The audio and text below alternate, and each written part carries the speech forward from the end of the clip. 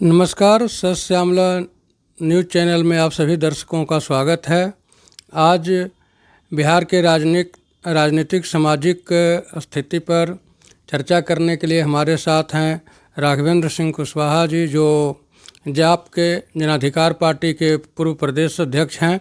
इनसे बात करेंगे कि बिहार में सामाजिक समरसता, राजनीतिक स्थिति क्या है।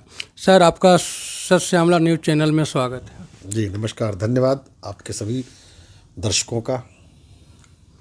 सर, बिहार में पिछले 30-35 वर्षों से ओबीसी के नाम पर या किसी खास व्यक्ति के नाम पर सरकार चल रही है।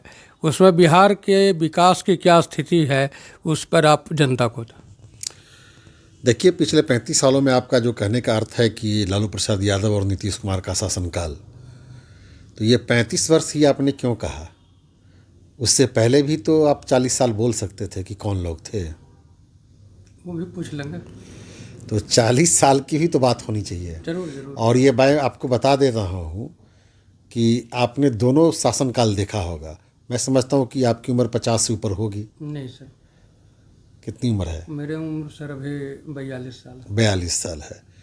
तो आपको तो लालू यादव से पहले के शासनकाल का उतना याद नहीं होगा, लेकिन जब आप लोगों से पूछेंगे उस समय की जो सामाजिक, शैक्षणिक और आर्थिक स्थिति थी, जो विकास के जो मानक थे, वो कितना अधूरा था, कितना पिछड़ा था। और इन 35 सालों में जो सामाजिक, सांस्कृतिक, आध्यात्मिक, शैक्षणिक ये जो विकास हुआ है, यह देखने लायक है। मैं तो समझता हूँ कि लालू प्रसाद का जो दौर है, पिछला 35 साल को मैं 2 भागों में बांटूंगा आपके हिसाब से। एक भाग लालू प्रसाद यादव जी के नेतृत्व वाली सरकार का, दूसरा नीतीश कुमार के सरकार का नेतृत्व का। आपका प्रश्न सीधा ये रहा कि ये पिछड़े वर्ग के दोनों नेताओं का शासनकाल रहा है, तो पिछड़ों का या गैर पिछड़ों का भी कितना विकास हुआ। मेरी उम्र करीब 56 साल है और मैंने जब से होश संभाला है, यानी मैट्रिक के बाद ही लोग को होश होता है, तो 84 से मैं देख रहा हूँ बिहार के गतिविधि को बढ़िया से। और मैं चूँकि एक राजनीतिक परिवार से भी आता हूँ, मेरे पिताजी एक विद्यालय के प्रधानाध्यापक होकर के रिटायर्ड किए, उसके बावजूद भी वो राजनीतिक रूप से आंदोलनों में रहते थे। 74 के आंदोलन में वो जेल भी गए थे। तो थोड़ा सा राजनीतिक तौर पर हम थोड़ा इन चीज़ों को थोड़ा नज़दीक से देखते रहे हैं। तो मैं ये कहूँगा कि जो लालू प्रसाद जी का 15 साल का जो शासन था, वह शासन था सामाजिक विकास के दौर का। उसमें सामाजिक न्याय के आधार पर बहुत सारा काम हुआ। जातियों के अंदर में जो भेदभाव था, जो असंतुलन था, उस असंतुलन की खाई को काफ़ी हद तक पाटने का काम किया गया। लोग अपने नाम के पीछे क्या टाइटल छुपा के रखते थे, नहीं बोलते थे। जहाँ जिस जाति की बहुलता होती थी उसमें जाने से घबराते थे कमतर वाले लोग। तो जब कोई समाज समानता की ओर बढ़ता है तो थोड़ा उथल पुथल होता है। मैं आपको इस तरह से समझा सकता हूँ कि कोई बहुत नीचा खेत हो और कोई बहुत ऊंचा खेत हो, और पानी जब आता है तो थोड़ा उस समय बड़ी तूफान सा लगता है, बाढ़ आता है, यहाँ का मिट्टी वहाँ चला जाता है, वहाँ का फसल बर्बाद हुआ, कभी ये हुआ। तो इस तरह का थोड़ा उठापटक होता है। जब कोई दौर, नया दौर आता है, संक्रमण काल की स्थिति से जब उभरने की बात होती है, तो इस तरह का कभी तनाव बढ़ता है, तो कभी आक्रोश बढ़ता है, तो कभी जन आंदोलन होता है। तो वो दौर कर्पूरी ठाकुर और लालू यादव के दौर में हुआ था। इस दौर से समाज को लाभ मिला। उस दौर से सामाजिक तनाव बाहर से लगता था कि बढ़ गया है, लेकिन कुल मिलाकर के सामाजिक तनाव में कमी आई, जिसका दूरगामी प्रभाव बाद के दिनों में पड़ने लगा। जो आर्थिक रूप से संपन्न बिरादरी नहीं थी, उसमें भी धीरे धीरे संपन्नता आने लगी। जो राजनीतिक रूप से वंचित थे जो लोग, उनको भी राजनीति के मुख्य धारा में आने का मौका मिला। पढ़ने लिखने का मौका मिला। और जो वर्ग राजनीति के मुख्य धारा में आ जाता है उसको सब कुछ धीरे धीरे मिलने लगता है। तो ये लालू प्रसाद यादव के दौर की सफलता है। दूसरी सफलता नीतीश कुमार के दौर में आई। नीतीश कुमार जी ने सामाजिक समरसता पर ध्यान दिया। इन्होंने अपने साथ न सिर्फ पिछड़े अति पिछड़ों की बात की, इन्होंने अति पिछड़ों को भी सम्मान दिया। पिछड़ा वर्ग तो लालू प्रसाद के शासनकाल में भी फायदा ले लिया था। लालू प्रसाद जी ने भी अति पिछड़ा के लिए भी काम करना शुरू किया था। वो जिन जो बोलते थे, लालू यादव कहते थे कि मेरा जिन निकलेगा वो बैलेट पेपर से, तो वो जिन उनका अति पिछड़ा का ही वोट हुआ करता था। तो नीतीश जी ने अति पिछड़ा वर्ग के लिए अलग से काम किया। उनको पंचायत के चुनाव में एकल पद पर आरक्षण दिया, कई आर्थिक लाभ के स्रोत उनके लिए खोले। तो पंचायती राज में एकल पदों पर आरक्षण से अति पिछड़ा वर्ग में और अति पिछड़ा वर्ग को शैक्षणिक लाभ भी मिला, रोजगार में भी लाभ मिला, नौकरी में भी लाभ मिला।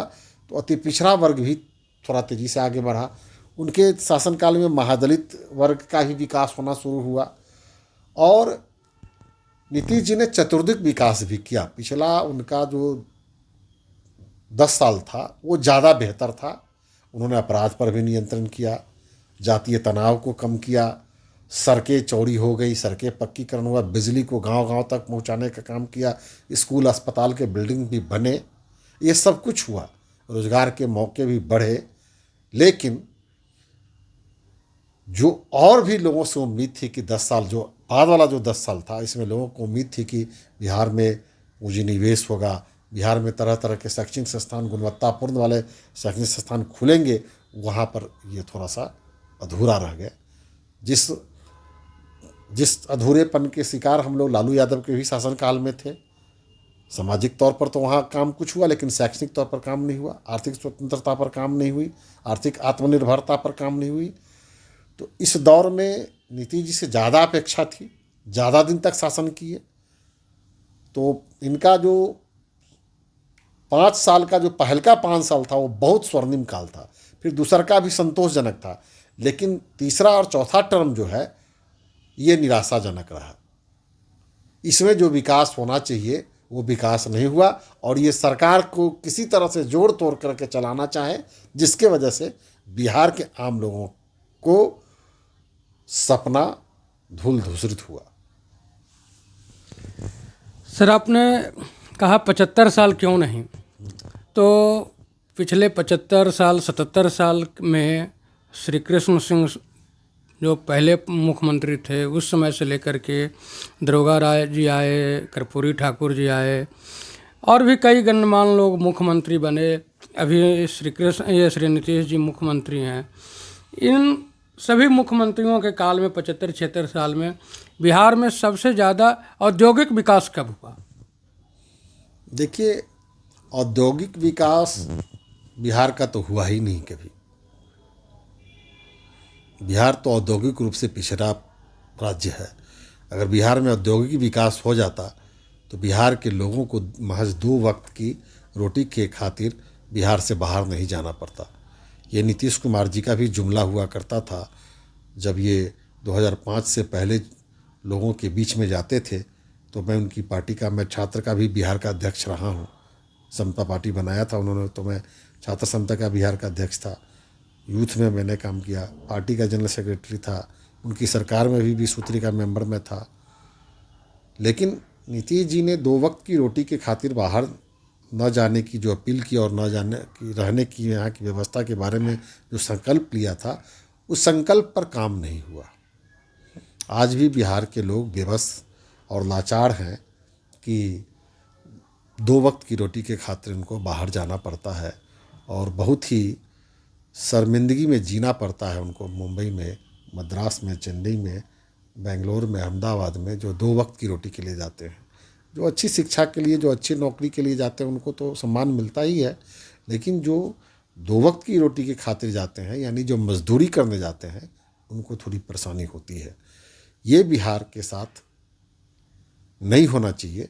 नीतीश जैसे सुलझे हुए आदमी और एक इंजीनियर आदमी से लोगों को उम्मीद थी, और ये बार बार कहते थे कि मजदूरी करने के लिए बिहार के लोगों को बाहर नहीं जाना पड़ेगा।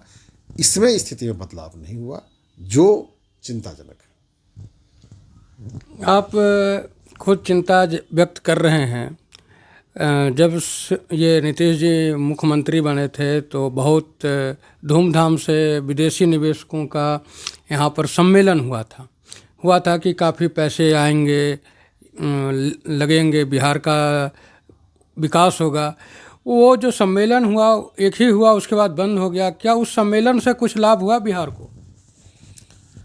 हाँ, लोगों को उम्मीद लगी थी कि ये जो इन्वेस्टमेंट सबमिट हुआ है इससे बिहार को फ़ायदा होगा, लेकिन हमको लगता है कि फ़ायदा नहीं हो पाया और फिर दोबारा भी उसको करना चाहिए था। हो सकता है एक बार में इन्वेस्टर्स का ध्यान आकृष्ट नहीं कर पाए तो दोबारा करते, तिबारा करते, लगातार करते रहना चाहिए तो इन्वेस्टर्स हो सकता था कि आकृष्ट होते। बिहार में पूंजी निवेश की संभावना है। बिहार में आपको मैं बताऊं कि खाद्य प्रसंस्करण उद्योग में बहुत संभावना है, कृषि की संबंधित कई उद्योगों में संभावना है, टूरिज्म में संभावना है, एजुकेशन के क्षेत्र में संभावना है, हॉस्पिटल्स में संभावना है, इन सब क्षेत्रों में संभावना है, खेल में संभावना है। तो इन सब क्षेत्रों में संभावना है, लेकिन इस तरफ भी ध्यान नहीं दिया गया ठीक से, जिसका भुक्तभोगी अब बिहारवासी हो रहे हैं। जी, अभी केंद्र में नरेंद्र मोदी की सरकार है। वो बराबर जब भी बिहार आए उन्होंने कहा कि गुजरात मॉडल पे हम विकास कर रहे हैं, जबकि जो पूंजी निवेश गुजरात में हो रहा है उसका 10% भी बिहार में नहीं हो रहा है। फिर वो किस तरह का गुजरात मॉडल बिहार में लागू कर रहे हैं? वो कहाँ लागू कर रहे हैं? नरेंद्र मोदी जी अगर बिहार के प्रति समग्र भाव रखते, समभाव रखते गुजरात की तरह, तो इसको तो बिहार का विशेष राज्य का दर्जा देते। और नीतीश जी भी बिहार का विशेष राज्य का दर्जा केवल जब नीतीश कुमार भाजपा से अलग होते हैं तब उठाते हैं, और जैसे ही भाजपा में जाते हैं तो चुप हो जाते हैं। तो नरेंद्र मोदी ने भी बिहार के साथ न्याय नहीं किया है। उनको भी बिहार को विशेष राज्य का दर्जा दे करके या बिहार को विशेष रूप से आर्थिक पैकेज देते ज़्यादा मात्रा में, कहने के लिए तो थोड़ा सा आर्थिक पैकेज दिए थे, लेकिन उस पैकेज से बिहार का विकास संभव नहीं है, जो गुजरात नहीं हो सकता है जल्द से जल्द। तो वो थोड़ा सा दोहरा रवैया है बिहार के साथ केंद्र सरकार का भी। ये डबल इंजन कहने की सरकार है, लेकिन केंद्र सरकार बिहार सरकार को उस तरह से मदद नहीं करती है जिस तरह से गुजरात को मदद करती है, इसलिए बिहार पिछड़ा है। भाजपा के समग्र हिंदू की जो राजनीति है, आए दिन उनके भाषणों में ये चलता है। क्या वास्तव में भाजपा समग्र हिंदुत्व के राह पर चल रही है? ये तो उनके वोट बैंक की राजनीति है। हिंदू राजनीति की बात करना, मैं समझता हूँ कि राजनीति को जाति और धर्म से अलग होना चाहिए। इस देश के त्वरित विकास में सबसे बड़ी बाधा है जाति और धर्म की राजनीति, चाहे वो समाजवादी लोग करते हों तब, चाहे वो अतिवादी लोग करते हों तब। अब ये दक्षिणपंथी लोग की जो हैं, जो धर्म की राजनीति और करते हैं, चाहे समाजवादी लोग जो जाति की राजनीति पर ज़्यादा फोकस करते हैं, दोनों ही एक कहें तो देश के लिए समेकित विकास के लिए अच्छा नहीं है। इंसानियत पर, मानवता आधारित और आर्थिक आधार पर जो गैर बराबरी है, इसको पाटने के लिए नीतियाँ बननी चाहिए। मैं समझता हूँ कि सामाजिक न्याय पर इस देश में बहुत ज़्यादा काम हो चुका है। आर्थिक न्याय की दिशा में काम नहीं हुआ है, राजनीतिक न्याय की दिशा में भी काम नहीं हुआ है। बाबा साहब भीमराव अंबेडकर ने संविधान के प्रस्तावना में भी तीनों न्याय की चर्चा की है, तो सामाजिक न्याय पर तो काम हुआ थोड़ा, लेकिन आर्थिक न्याय पर बहुत ज़्यादा काम की आवश्यकता है। आर्थिक न्याय पर काम होगा तो राजनीतिक न्याय हो जाएगा। आपने देखा होगा हाल ही के दिनों में जो चुनाव हो रहा है, इसमें केवल पैसा का प्रलोभन, पैकेट का प्रलोभन, कई तरह के प्रलोभन दिए जाते हैं। आप योजनाएं जो सरकार की चलती है, बहुत सारी योजनाएं, लाडली बहन योजना, नारी सुरक्षा योजना, पेंशन योजना, पोषाहार योजना, ये सब आर्थिक तौर पर एक तरह से समझिए कि लाभ पहुंचा करके वोट खरीदने की योजना है, जिसका फ़ायदा सरकारी पार्टी को मिल जाती है। तो इस तरह से जनता को भीख पर जिंदा रहने का, सब्सिडी पर जिंदा रहने की जो आदत लगाई जा रही है, ये गलत है। ये उसके स्वाभिमान के साथ कुठाराघात हो रहा है। अब चूंकि जनता लाचार है, जनता अशिक्षित है, जनता को इतनी सोच नहीं है कि ये मेरे साथ सरकार क्या कर रही है, और नेता लोग, राजनीतिक दल के लोग उसको सब्जबाग दिखा करके, उसको झांसा में रख करके, उसको जुमलों के सिक्चों में घेर करके अपने मनचाहे मुरादों को पूरी करते हैं वे लोग। तो ये गलत है। यहाँ तो चाहिए कि कैसे उनका विकास हो, कैसे उनके बच्चों को गुणवत्तापूर्ण शिक्षा मिले, कैसे उनके लोगों को अच्छे स्वास्थ्य की देखभाल हो, उनका भविष्य कैसे हो, उनको रोजगार कैसे मिले, इस दिशा में काम होना चाहिए। लेकिन इस दिशा में किसी भी राजनीतिक दल के द्वारा ठोस पहल नहीं किया जाता है। यह देश के लिए शर्मनाक स्थिति पैदा कर रहा है। आज़ादी के पहले ही हमारे यहाँ पटना विश्वविद्यालय का निर्माण हुआ। पटना विश्वविद्यालय अच्छे बच्चे बाहर निकल कर के जाते थे। आज पूरे भारत में 1 से 10 के बीच में रैंकिंग में पटना विश्वविद्यालय नहीं है।